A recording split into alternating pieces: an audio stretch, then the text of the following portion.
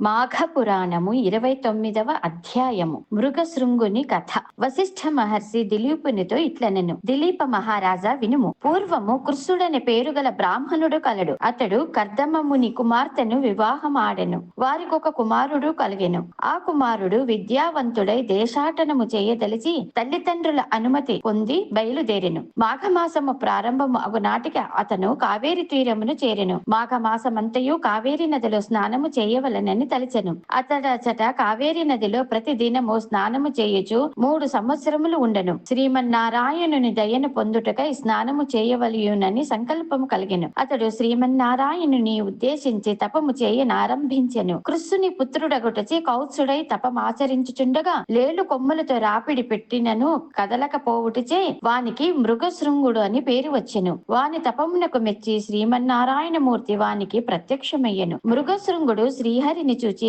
ఆనందపరవశుడై పెక్కు రీతుల స్తుతించెను. శ్రీహరియు వాని తపమునకు స్తుతులకు మెచ్చి ఇట్లనెను. నాయనా, నీవు అనేక పర్యాయముల మాఘ స్నానమును విడువక చేసి అఖండమైన పుణ్యమును నా ప్రేమను సాధించితివి. నీ ఈ తపముచే మరింత వరమును కోరుకొమ్మనెను. మృగశృంగుడు, స్వామి, నీ దివ్య దర్శనమును కలిగించినందులకు కృతజ్ఞుడను. ఇట్లు నీ అనుగ్రహము పొందిన తరువాత నాకు మరే విధమైన కోరికయు కలుగుటలేదు. కావున ఈ ప్రదేశమున నీవు భక్తులకు దర్శనమిచ్చుచుండవలయునని కోరెను. శ్రీమన్నారాయణుడు వాని ప్రార్థన అంగీకరించి అంతఃస్థానమాయెను. కౌసుడు ఇంటికి తిరిగి వచ్చెను. వాని తల్లిదండ్రులు వారికి వివాహం చేయతలిసిరి. కౌసుడును వారి అభిప్రాయమును అంగీకరించెను. అనుకూలవతి గల యువతి భార్యగా లభించినచో గృహస్థ ధర్మమును చక్కగా పాటించి ధర్మార్థ కామ మోక్షములను పురుషార్థములను 4 సాధింపవచ్చును. ఇందువలన కన్యను పరిశీలించి వివాహం చేసుకొనవలనని భార్య కొండవలసిన లక్షణములను వారికి వివరించెను. వారును అతని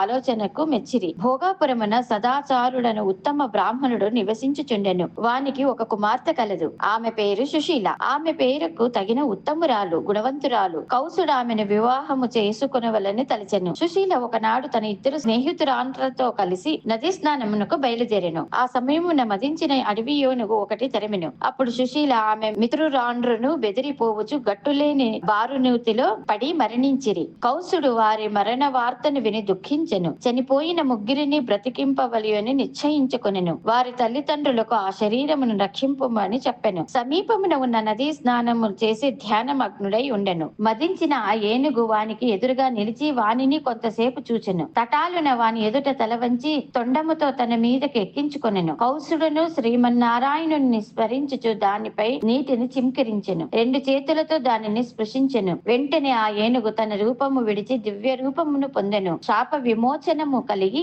మృగశృంగునకు అనగా కౌత్సునకు కృతజ్ఞతలు తెలిపి నమస్కరించి తన లోకమునకు పోయెను. కౌత్సుడును చనిపోయిన వారిని బ్రతికింపవలని మరలా నదిలో మునిగి యమధర్మరాజును ఉద్దేశించి తపము చేయసాగెను. యముడును వానికి ప్రత్యక్షమయ్యెను. వరము ఇత్తును కోరుకొమ్మనెను. మృగశృంగుడు యమునికి నమస్కరించి స్తుతించెను. దుర్మరణము పొందిన 3 కన్యలను బ్రతికింపమని కోరెను. యముడు వాని పరోపకార బుద్ధికి మెచ్చుకొనెను. అడిగిన వరమును ఇచ్చి అంతఃస్థానం పొందెను. మృగశృంగుడు పట్టుదలతో చేసిన తపము చేతను యముని దయవలను సుశీల ఆమె 2 మిత్రురాండ్రు బ్రతికిరి. వారిని చూచి అందరూ ఆశ్చర్యపడిరి. సుశీల మున్నగు వారు నిద్ర నుండి లేచినట్లుగా లేచి కూర్చుండిరి. వారు యమలోకమున చూచిన విశేషములను ఇట్లు చెప్పుచున్నారు. జీవి చేసిన పాపము ననుసరించి శిక్షింపబడును. భయంకరములైన పాపములు చేసిన వారు కఠినముగా శిక్షింపబడుదురు. పాపము చేసిన వాడు ఎర్రగా కాలిన ఇనుప స్తంభమును కౌగలించుకొనవలయును. మరుగుచున్న నూనెలో పాపము చేసిన వానిని పడివేయుదురు. తల క్రిందగా వ్రేలాడదీసి క్రింద మంటలను పెట్టుదురు.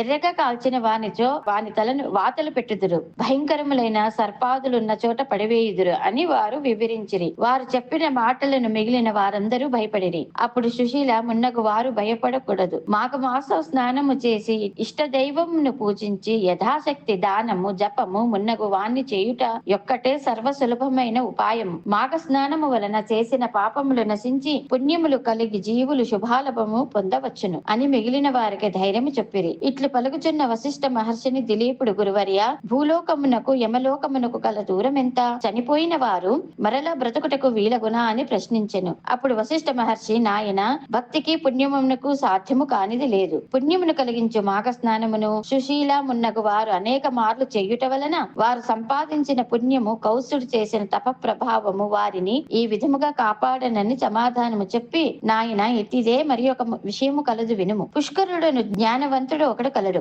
అతడు సద్గుణముల భక్తి కలిగిన వాడు. మాఘ స్నానము మొదలుగా పుణ్యప్రదములకు కార్యములెన్నిటినో చేసెను. యముడు ఒకనాడు తన భటులను చూసి పుష్కరుని తీసుకొని రండి అని పలుకగా యమభటులు పుష్కరుని తీసుకొని వచ్చిరి. యముడు తీసుకొని రమ్మన్నది ఇతనిని కాదు, పుష్కరుడిని పేరు గల మరి ఒకరిని. భటులు పాపాత్ పుష్కరుని తీసుకుని వచ్చుటకు బదులు పొరపాటున పుణ్యాత్ముడగు పుష్కరుని తీసుకొని వచ్చిరి. యముడును తన భటులు చేసిన పొరపాటును భటులను మందలించెను. క్షమింపుడని పుష్కరుని ప్రార్థించెను. పుష్కరుని భూలోకమును దించి రండి అని భటులను ఆజ్ఞాపించెను. పుష్కరుడు యమలోకమును చూచుటకు యముని అనుమతి కోరెను. యముడు అందుకే అంగీకరించెరి. భయంకరములకు శిక్షలు అనుభవించు వారిని చూచి అతడు భయపడెను. భయము పోవుటకై హరినామ భజనము చేసెను. ఇట్టి భజనమును వినుటచే పాపాత్ములు పాపములు తగ్గి వారి శిక్షలు తగ్గిసాగనవి. పుష్కరుడు నరకమును చూచుటచే మరింత జ్ఞానవంతుడయ్యెను. దిలీప యమలోకమునకు పోయి వెనుకకు తిరిగి వారింకను ఎందరో ఉన్నారని వశిష్ఠ మహర్షి దిలీపునకు వివరించెను. మృగశృంగుని వివాహము. వశిష్ఠ మహర్షి దిలీపునితో మరలా ఇట్లనిది. మృగశృంగుని వృద్ధాభ్యాసం పూర్తి అయినది. అతడు ప్రాజ్ఞుడై దేశాటం చేసెను. మాఘ స్నానములు తపము చేసి శ్రీహరి అనుగ్రహం పొందెను. శుభముహూర్తమున సుశీల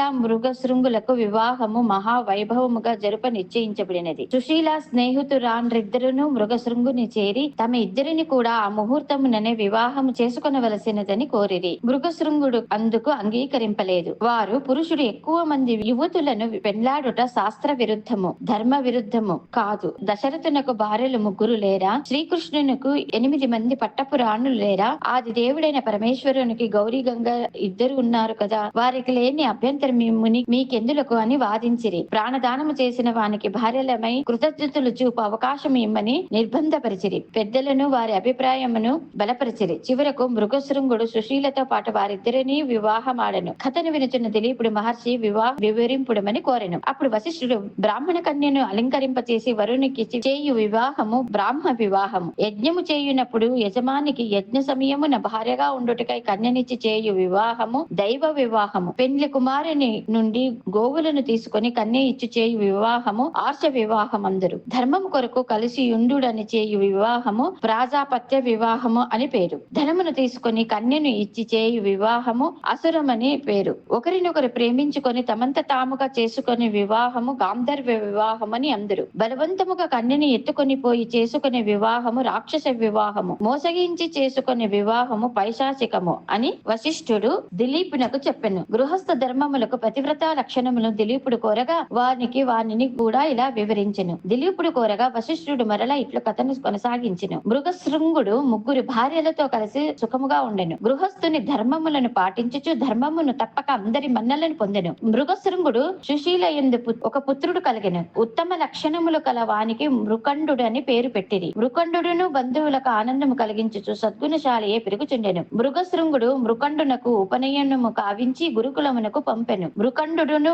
శ్రద్ధాభక్తులతో వినయ విధేయలతో తెలివితేటలతో గురుకులమున అందరికీ నిష్ఠుడై అందరిలోనూ అన్నిటా మిన్నయ్యై విద్యలన్నిటినీ నేర్చెను. మృగశృంగుడు ఉత్తమ లక్షణములు కల మరుద్వతి అను కన్యతో వారికి వివాహము కావించిరి. మృగశృంగుని మిగిలిన 2 భార్యలను పుత్రులను కనిరి. వారును మృకండుడని విద్యలను గ్రహించిరి. మృగశృంగుడు వారికిని వివాహములు చేసెను. ఇన్ని జరిగినను అతడు మాఘమాస స్నానమును మానలేదు. ఇష్ట దేవతార్చనను వేడలేదు. దానములను మానవధా యథాశక్తిగా చేయుచుండెను. తన కుటుంబ సభ్యముల చేతను చేయించుచుండెను. మాఘమాస స్నాన మహిమ వలన సర్వ సౌఖ్యములను సర్వ లాభములను పొందెను. మనుషులను కూడా పొందెను. ఈ విధముగా తన వృద్ధికి సంతృప్తి నంది గృహమును విడి తపోవనమునకు పోయి తపమాచరించి విష్ణు సాన్నిధ్యమును పొందెను. జ్యేష్ఠ కుమారుడైన మృకండుని యొక్క వృత్తాంతమును చెప్పెదను ఆలకింపుము అని వశిష్ఠుల వారు ఇలా చెప్పుచున్నారు. మృగశృంగుడు అడవికి వెళ్లిపోయిన నాటి నుంచి జ్యేష్ఠ పుత్రుడకు మృకండుడే సంసార భారమంతయు మోసి గృహమునందయ్యే అశాంతియు లేకుండా చూచుకొనిచుండెను. అయినను ఒక విచారము పీడించుచుండెను. అదెట్టదనగా తాను వివాహమాడి చాలా కాలము గడిచినను సంతానము కలగలేదు. అందుచేత అతడు లోలోన కొమిలిపోవుచుండెను. అతడు ఒకనాడు ఈ విధముగా తలపోసెను. కాశీ మహాపుణ్యక్షేత్రము, సాంబ శివునికి ప్రత్యక్ష నిలయము. అటువంటి వారణాసిని చూసినంత మాత్రమున సకల పాపములు హరించుటియే కాక మనస్సునందలి కోరికలు నెరవేరును. అనేక మంది కాశీ విశ్వనాథుడు దర్శనం చేసుకుని వారి అభీష్టములను పొందగలిగిరి. కావున నేను నా కుటుంబ సమేతముగా కాశీ వెళ్ళుదునని మనస్సులో నిశ్చయించుకుని ప్రయాణ సన్నద్ధుడై బయలుదేరెను. మార్గ మధ్యమున అనేక క్రూర మృగముల బారి నుండి క్రిమి కీటకాల ప్రమాదముల నుండి అతి కష్టము మీద తప్పించుకొని కుటుంబ సహితముగా కాశీ క్షేత్రము చేరినాడు. కాశీ పట్టణము ఆనుకొని పవిత్ర గంగానది తన విశాల బాహువులను చాచి ప్రశాంత అమాంతముగా ప్రవహించుచున్నది. మృకండు పరివార సమేతముగా ప్రసిద్ధి చెందిన మరికన్నికా ఘట్టమున కాలకృత్య స్నానాదిక విధులు నెరవేర్చుకొని విశ్వనాథుని మందిరమునకు వెళ్ళెను. ఆలయములోనికి రాగానే మృకండునకు ఇక్కడ లేని ఆనందము కలిగెను. తన జన్మ ధరించిన నీయు తాను కైలాసమందున్నట్లుగా తలిచి విశ్వేశ్వరుని భక్తి శ్రద్ధలతో ప్రార్థించెను. ఈ విధముగా సకుటుంబముగా మృకండు కాశీ విశ్వేశ్వరుని ధ్యానించి ఒక లింగమును ప్రతిష్ఠించి దానికి మృకండేశ్వర మహాలింగమని నామకరణము చేసి దానికి ఎదురుగా తన భార్య పేర మరొక లింగమును ప్రతిష్ఠించెను. ఆ విధముగా ఒక సంవత్సరమును వరకు విశ్వేశ్వరుని సన్నిధానమందు గడిపెను. ఒక దినము మృకండుని ముగ్గురు తల్లులను పవిత్ర గంగా నది స్నానమాచరించి విశ్వేశ్వరుని పూజించుచుండగా వెంటనే తెలివి తప్పి ప్రాణములు విడిచిరి. మృకండు చాలా దుఃఖించెను. విధిని ఎవరు తప్పించలేరు కదా. అయినను వారి ముగ్గురును ఈశ్వరుని ధ్యానించుచూనే ప్రాణములు విడిచిరి. చనిపోయిన ముగ్గురు తల్లులను మృకండు యథావిధిగా దహన సంస్కారములు కావించి మాతృ రుణమును తీర్చుకున్నాడు. ఎంత కాలమునకును సంతానము కలగనందున కాశీ క్షేత్రము వచ్చినాడు కదా. సంతానము కొరకు భార్యా సముద్రుడై విశ్వనాథుని గూర్చి తపస్సు చేసినాడు. అతని తపస్సునకు మెచ్చి పార్వతీ పరమేశ్వరులు ప్రత్యక్షమయ్యిరి. మృకండునకు అతని భార్య మరుద్వతి అమితానందము కలిగిన. పరమేశ్వరుని అనేక విధముల స్తుతించగా పరమేశ్వరుడు మహాముని, మీరు చేయి తపస్సు మమ్మెంతో ఆకర్షించినది. మీ నిష్కలంక భక్తికి మెచ్చి మీ కోరికలను తీర్చుగా వచ్చినారము కాన మీ అభిష్టము చెప్పుడు అని పలికెను. అంత మృకండు నమస్కరించి, తండ్రి మహాదేవ, తల్లి అన్నపూర్ణ, ఇవే మా నమస్కృతులు. లోకరక్షక, మీ దయవలన నాకు సులక్షణవతి, సౌందర్యవతి, సుకుమారవతి యొక్క పత్ని లభించినందువలన నేను మిమ్మల్ని ధ్యానించుచు ఆమెతో సుఖ సంసారం అనుభవించుచున్నాను. కానీ ఎంత కాలమైనను మాకు సంతానము కలగనందున కృషించుచున్నాము. సంతానము లేని వారికి ఉత్తమ గతులు లేవు కదా. కావున మాకు పుత్ర సంతానము ప్రసాదింపమని వేడుకొనుచున్నాను అని పార్వతీ పరమేశ్వరులను ప్రార్థించెను. మృకండుని దీనాలాపం ఆలకించిన త్రినేత్రుడు, మునిసత్తమా, మీ అభిష్టము నెరవేరగలదు. కానీ ఒక్క నియమం ఉన్నది. బ్రతికి ఉన్నంత వరకు వైధవ్యముతో ఉండు పుత్రిక కావలియునా లేక అల్పాయుష్కుడకు పుత్రుడు కావలియునా అని ప్రశ్నించెను. మృకండునకు ఆశ్చర్యము కలిగెను. పరమశివుని మాటలకు ఆలోచనలో పడవలసి వచ్చెను. కొంత తరువాగి, హే శశిధరా, నన్ను పరీక్షింపనించితిరా. నాకు జ్ఞానోదయమైనది. మొదలు నేటి వరకును మీ ధ్యానమునే